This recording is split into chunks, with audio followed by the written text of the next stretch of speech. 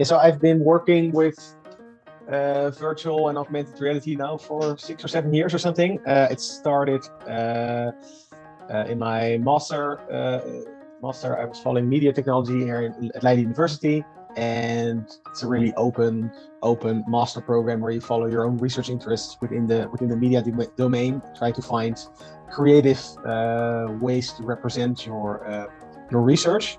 And I was really looking into augmented reality back then. Google Glass was the next big thing back then, and I was focusing on that during my graduation. For my graduation, I wrote a PhD proposal, and after that, I started doing some independent research, which just means that I didn't really have funding at the time, and that was going quite well. I was doing that research part-time, and then back then, so I sort of switched between augmented and virtual reality because the Oculus Rift came out and there was this whole new hype going on. There was just so much happening in that space, while at the same time the whole AR space was a bit lacking behind.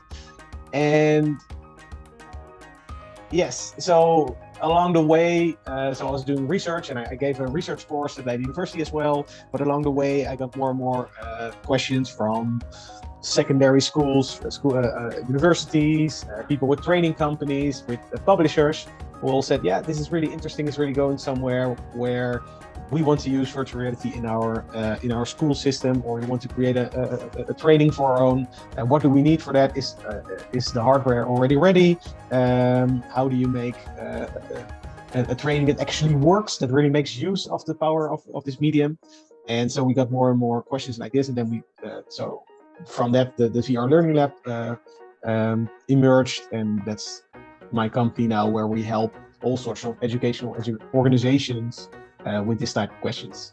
I still like doing research, and I like to think thoroughly about all sorts about this topic. But yeah, academia can also be somewhat disengaged from the real world, and I prefer to be in contact with the people who are actually working in education. That suited me better.